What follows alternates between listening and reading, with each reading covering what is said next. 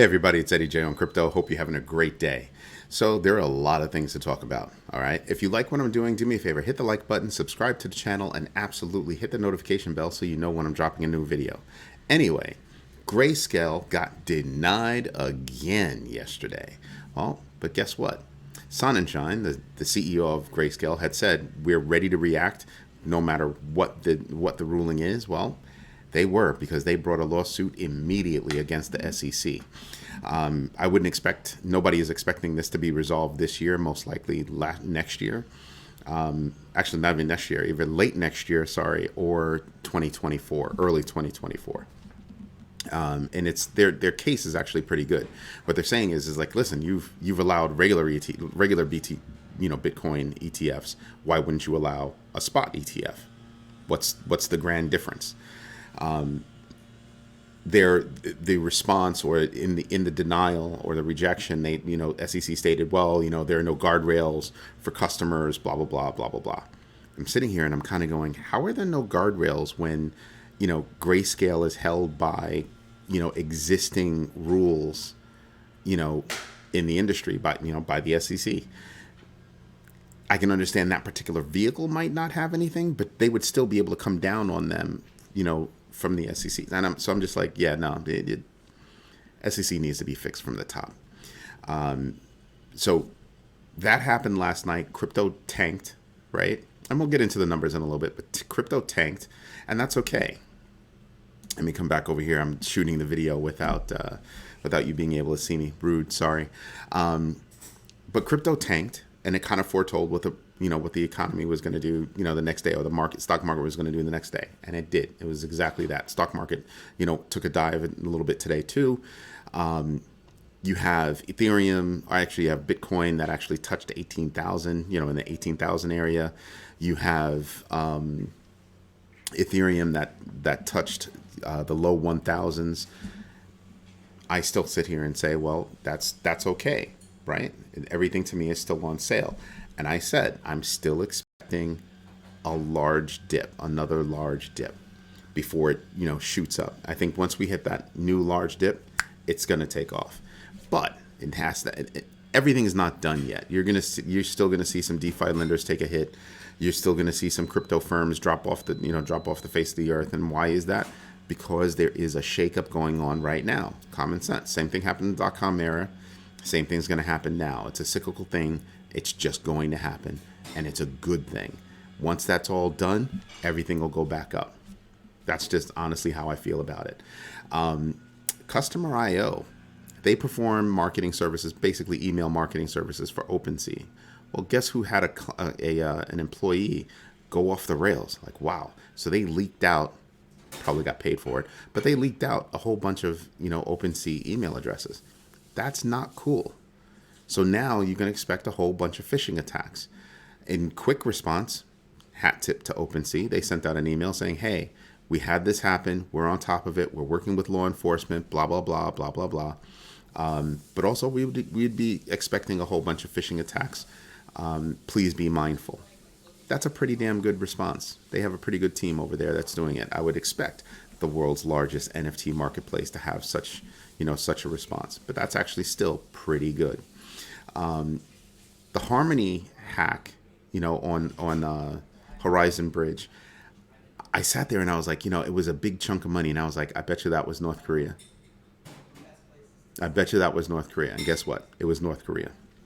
Or it seems like it was North Korea. Apparently, Elliptic Enterprises, who tracks stolen digital assets, says that the laundering techniques being used for this are similar to those that are used by the Lazarus Group.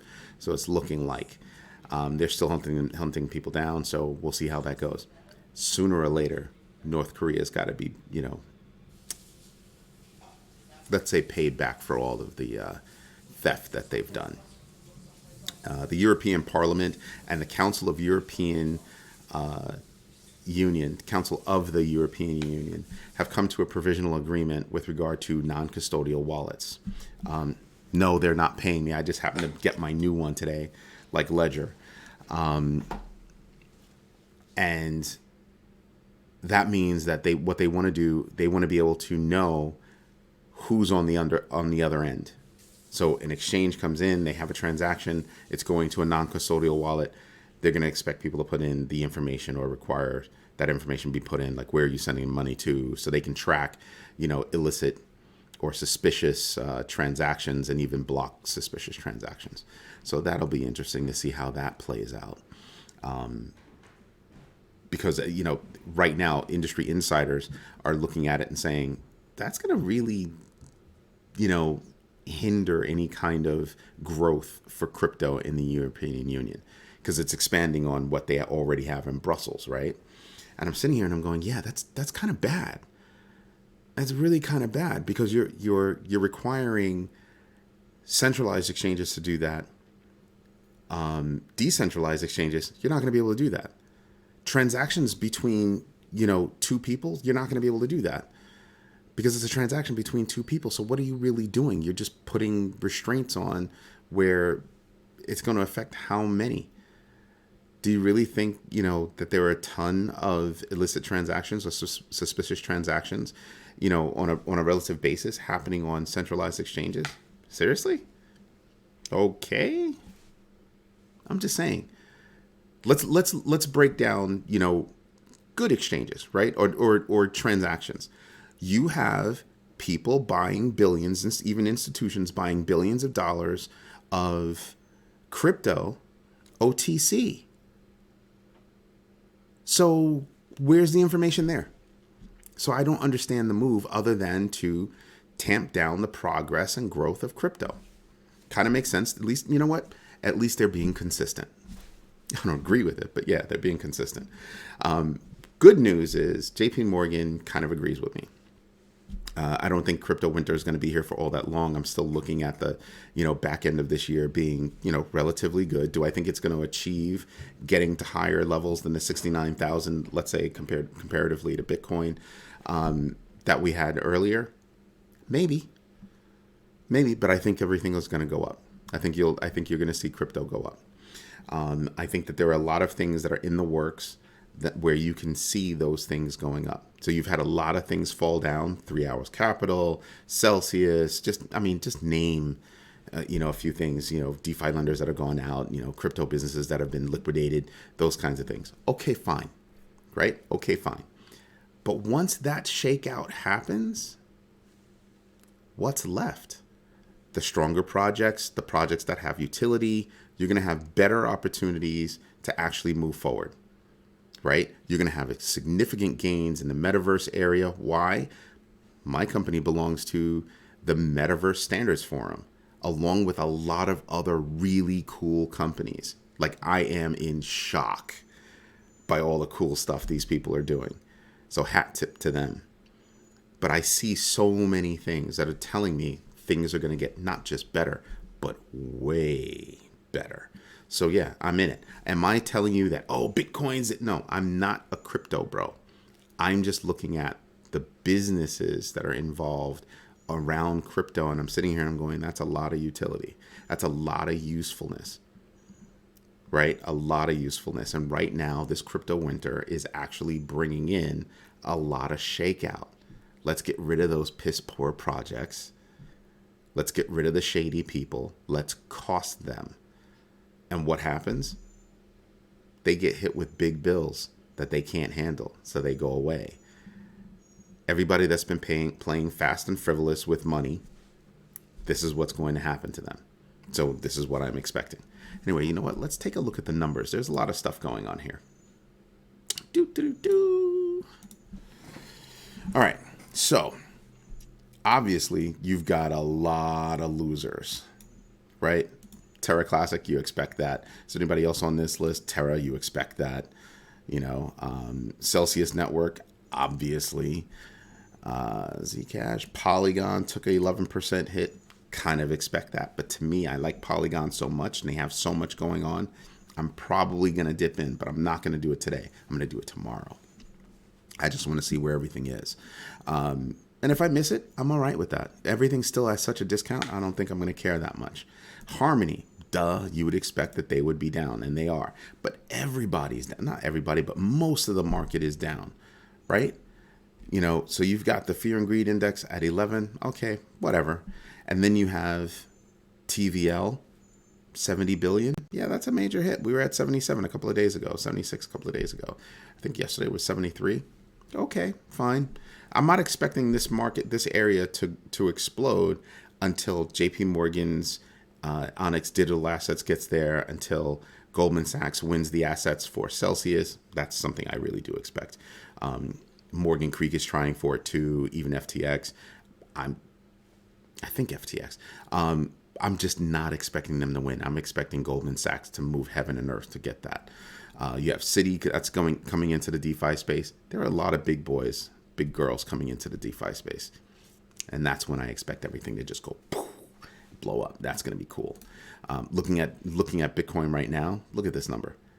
You're at 19,000. So yeah, you're hitting 18,000. That's a buying opportunity. I might just get in on Bitcoin. But we'll see. You have Ethereum. I really don't want to touch Ethereum. Now, see, look at this. So the correlation between Bitcoin and Ethereum, Bitcoin's taken a larger dive than Ethereum has, right? In my humble opinion, in terms of what I'm looking at, even though the numbers say something else. But usually at 19, I would be expecting Ethereum to be at like in the 9s. It's not. It's close to the 9s, but it's not in the 9s. Down all the way down here, that's what I'm saying. I think I might dive into some Ethereum. Something else that I'm looking at, Doge. Definitely looking at Doge. Why? Because a whisper from, Elon, and all of a sudden, you can see that pop up. Doge was at 7 point something cents the other day. That's a big deal because that's a lot of money. That's a lot of money that you can make in a day. Heck, you can make it in an hour. So that's why I'm trying to look to see where I want to be. So Doge is interesting to me. SHIB is interesting to me. Matic is almost a guarantee buy for me. The Sandbox is interesting.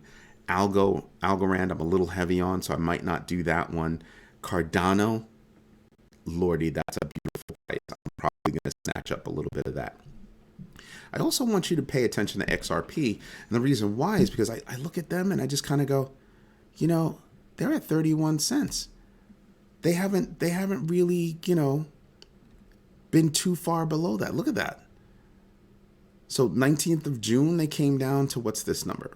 About 28 cents? What is it again? Hold on a second. 30 cents? 29 cents. There you go. But at 29 cents, you're kind of sitting there and you're kind of going, wow, they really haven't, where everybody else is taking big hits, they're not taking such a big hit. And I actually like Ripple's tech. Anyway, if you want to look at the list, this is what I'm looking for. Over the past 7 days, what's your number? Are you green or red versus 24 hours versus the last hour? That's what you're really looking for. Shiba Inu, look at that. In the past 7 days, up 1.61%. Here's a comment, and this is going to probably tick off a lot of people. The truth is, my bank's not giving me 1.81%. It sounds silly. It's like no money. It's like no money, but it's still more than what banks are giving me. Anyway, this is Eddie J on crypto. I hope you like what I do. If you do me a favor, hit the like button, subscribe to the channel. Absolutely hit the notification bell so you know when I'm dropping a new video so that you can watch it, because it helps me know that I'm, taking my kids on a nice journey and you're enjoying the ride too. Have a great day. Bye-bye.